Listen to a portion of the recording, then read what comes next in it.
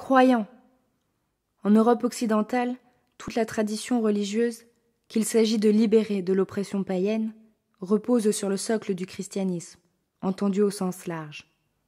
Afin d'évoquer cette sainte tradition dans toute son étendue, je veux pour finir rappeler à notre souvenir 2 combattants de la foi de notre continent, qui souffrirent pour nous, à 1400 ans de distance l'un de l'autre. Salvien de Marseille, en 445, et Félicité de Lamennais, en 1840. Salvien de Marseille était un simple prêtre. On le nomma pourtant le maître des évêques. Salvien était contemporain de saint Augustin. La date de sa mort est incertaine, et on s'est demandé s'il ne fut pas assassiné. Salvien écrivit, entre autres, le gouvernement de Dieu.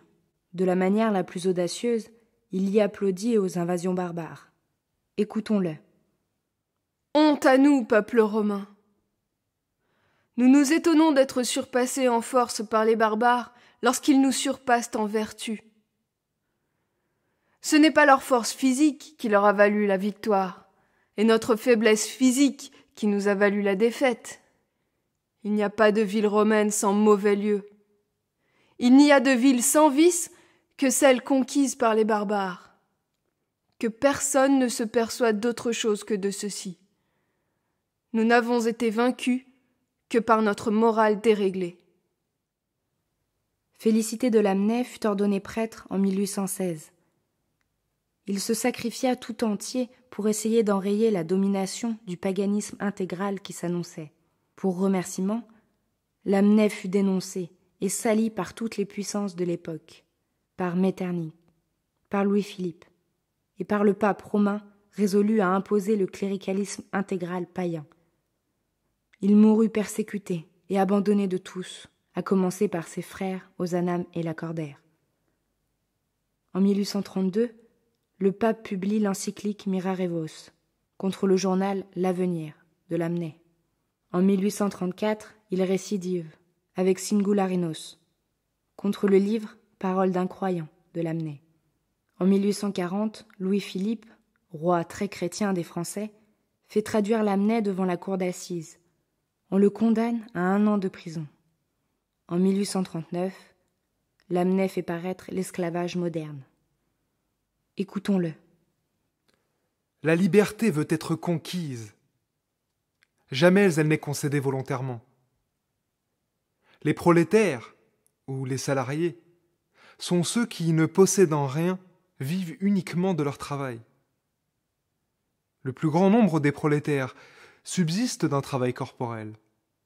Le prolétariat a pour terme correspondant le salaire, la rétribution accordée par le capitaliste. Le prolétaire a sur l'esclave antique un avantage immense quand on le considère abstractivement. Il s'appartient. Mais la volonté du prolétaire, exempte de contraintes directes, est soumise à une contrainte morale absolue. La liberté du prolétaire est fictive. Son corps n'est pas esclave, mais sa volonté l'est. Les chaînes et les verges de l'esclavage moderne, c'est la faim. L'esclave antique était assuré de la nourriture, du vêtement, de l'abri, de soins dans la maladie, de ne pas être accablé sous le poids d'un travail excessif, à cause de l'intérêt que son maître avait de le conserver. Au contraire, on peut impunément accumuler sur le prolétaire les fatigues les moins tolérables, et il n'est jamais sûr du lendemain. S'il souffre, qui s'en inquiète? S'il meurt, qui le sait? Un autre lui succède, tant la faim est prompte à remplir les places. La maxime d'égalité devant la loi n'est qu'une vaine fiction, imaginée pour tromper la conscience publique. Des multitudes de lois, au contraire, émanent d'un principe évident d'inégalité. Le prolétaire, est-ce un homme? Peuple, peuple, réveille-toi enfin. Esclaves, levez-vous, rompez vos fers. Voulez-vous qu'un jour vos enfants disent « Nos pères ont été plus lâches que les esclaves romains. Parmi eux ne s'est pas rencontré un Spartacus ?» Il s'en rencontrera, et plus d'un, n'en doutons pas. vos âmes, citoyens.